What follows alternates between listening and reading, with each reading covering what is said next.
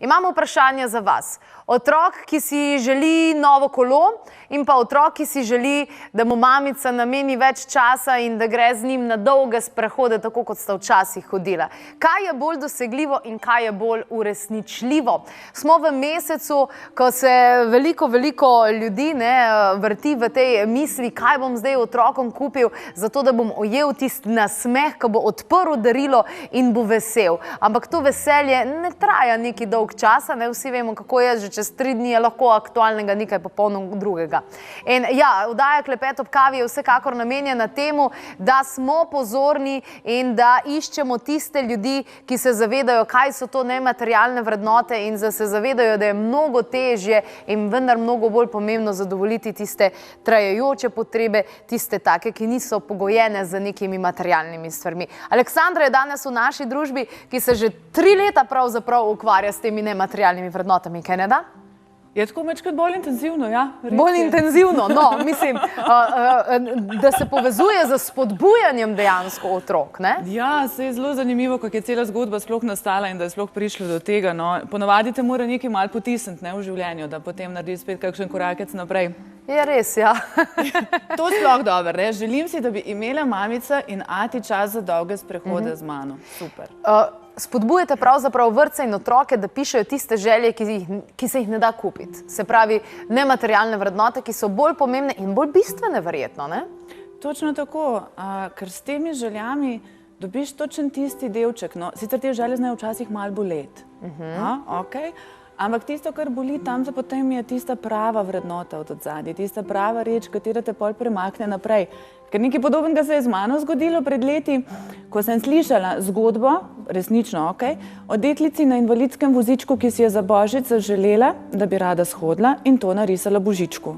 In seveda Božiček je prišel pač malo naokoli pa vprašati, kaj naj naredi. In mene je to toliko ganilo, ker drugače sem učiteljica in sem v šoli gledala, pa seveda tudi doma, kaj si ostali otroci vse želijo. In potem je pač nastala zgodba in potem se je rodila ideja, da bi bilo dobro, da se začne tako v šolah in vrtcah, saj vsi veliko govorimo o teh vrednotah in vse, ampak med drugim je pa včasih fajn, ko se pa vprašaš, kako pa to sploh začeti delati, vzgajati, in ta božičen čas vemo, da je tako poln teh želja. In seveda največ teh želja je tako, in tudi najhitreje dosegljivih materialnih.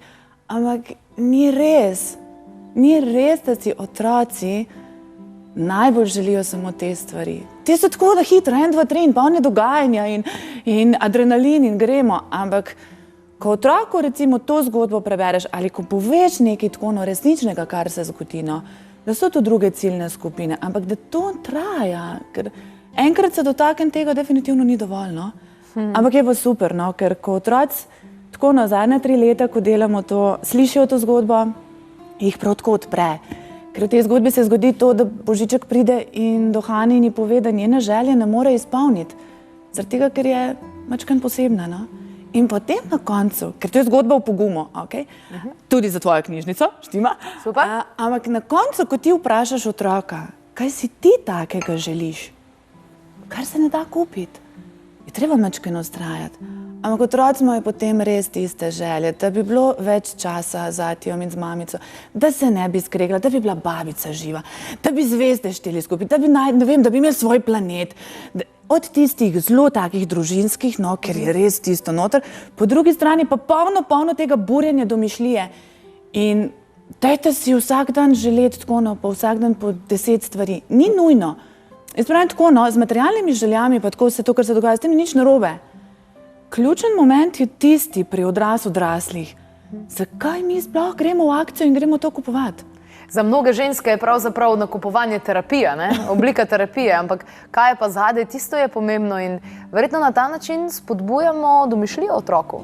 Domišljijo, vrednote, zavedanje sebe, zavedanje vseh teh glasov v glavi, jaz jim pravim jazbeci, enim od teh, zavedanje sploh sebe.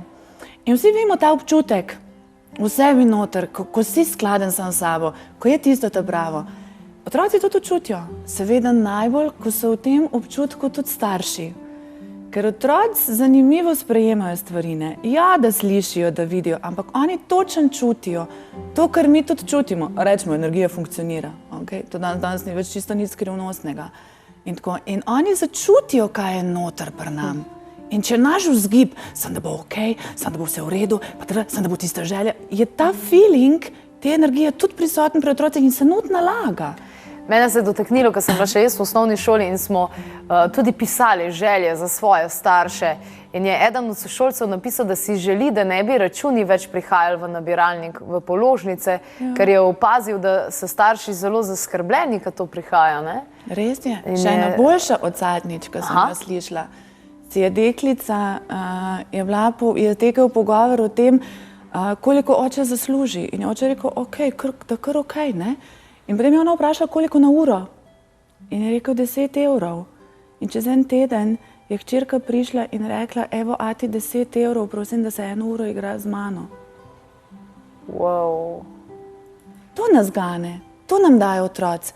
Tako, ko je, ne, zdaj le občutek, to zaboli. Wow, zadnje smo bili na snemanju ravno v teh rečeh, no, tako, ko smo s Miljanom Morjem pripravljali ene reči in je bila podobna zgodba o tem, da se ne bi kregali, ampak otroci drugače vidijo nas, drugače nas doživljajo. Drugo pa je, ker mi kot odrasli, je prav, da se naučimo majčkeno brati podnapise. Kaj je za temi željami? Ker enkrat mi je ena gospa na prevozih, ko smo se vozili skupaj v avto, razlagala, ker seveda pridemo vedno do teh želja okoli mene, in ona razlaga, moja vnukinja si želi, da bi blok razneslo, da ga ne bi več bilo. Kako grozna želja. Ja ne. Zaradi tega, ker čez pogovor naprej smo ugotovili, da ko vnukinja pride k njej, je neizmerno rada v naravi. Torej, podnapise je treba včasih znati. Biti tukaj in zdaj. To, kar otroci tudi hočejo, ne? Zanimivo. No, takole bom rekla. Izjemno podpiramo to in srce mi poje, da se take stvari dogajajo super, odlično, fino, fajnje in podpiramo vse te nematerialne želje in ves čas tudi spodbujamo mi gledalce, da govorijo o njih. Je pa res, da smo pa mi zdajle v tem času izpolnili pa tudi eno materialno željo.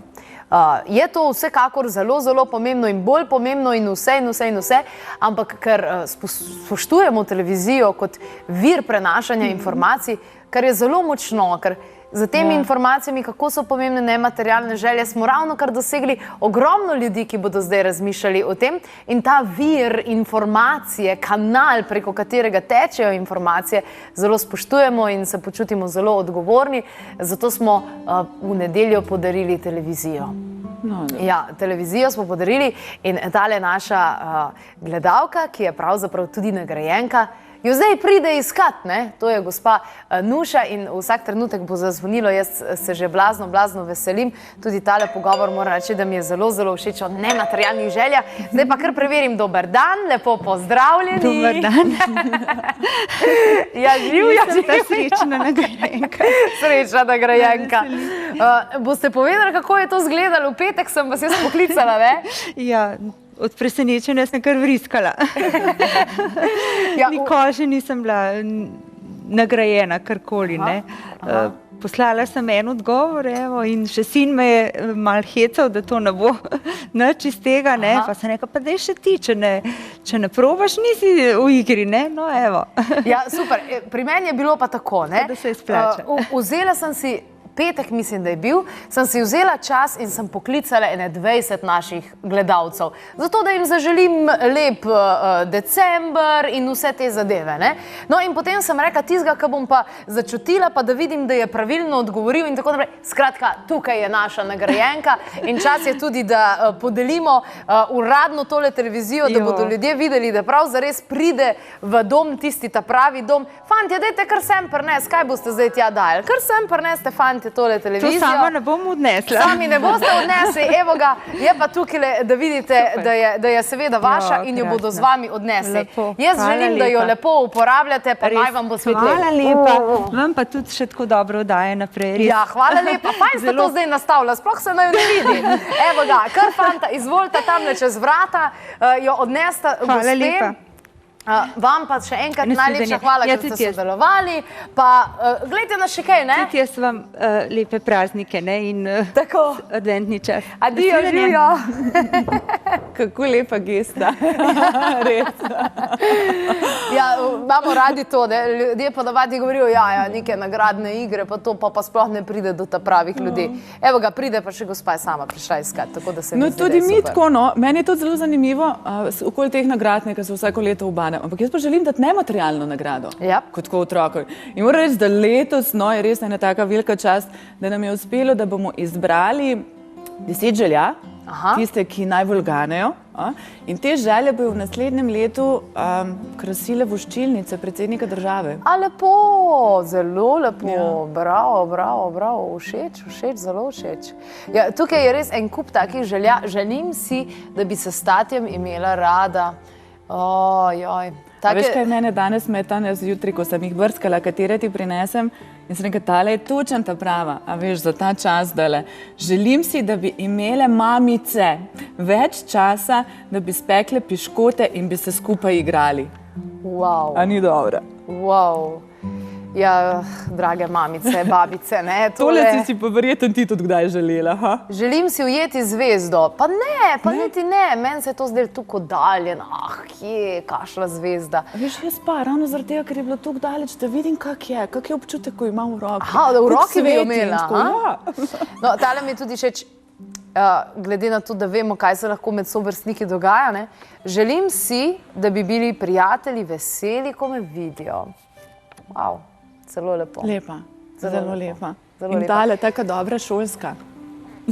Želim si, da bi kuharice še naprej tako dobro kuhale. No, evo, eno tako bi si pa definitivno tudi jaz zaželela. Drugače pa, kar se mi mogoče zdi tukaj pomembno, kdaj boste pa odrasla začeli spodbujati k nematerialnim željam? Saj to je eno z drugim.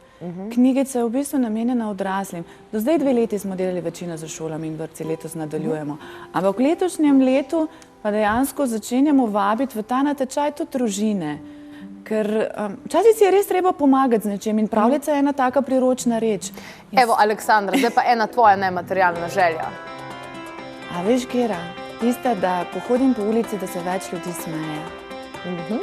Super, lepo. In moja nematerialna želja, da se ljudje začnejo ukvarjati sami s sabo in da se imajo zelo, zelo radi, ker to sproži pa cel domino efekt.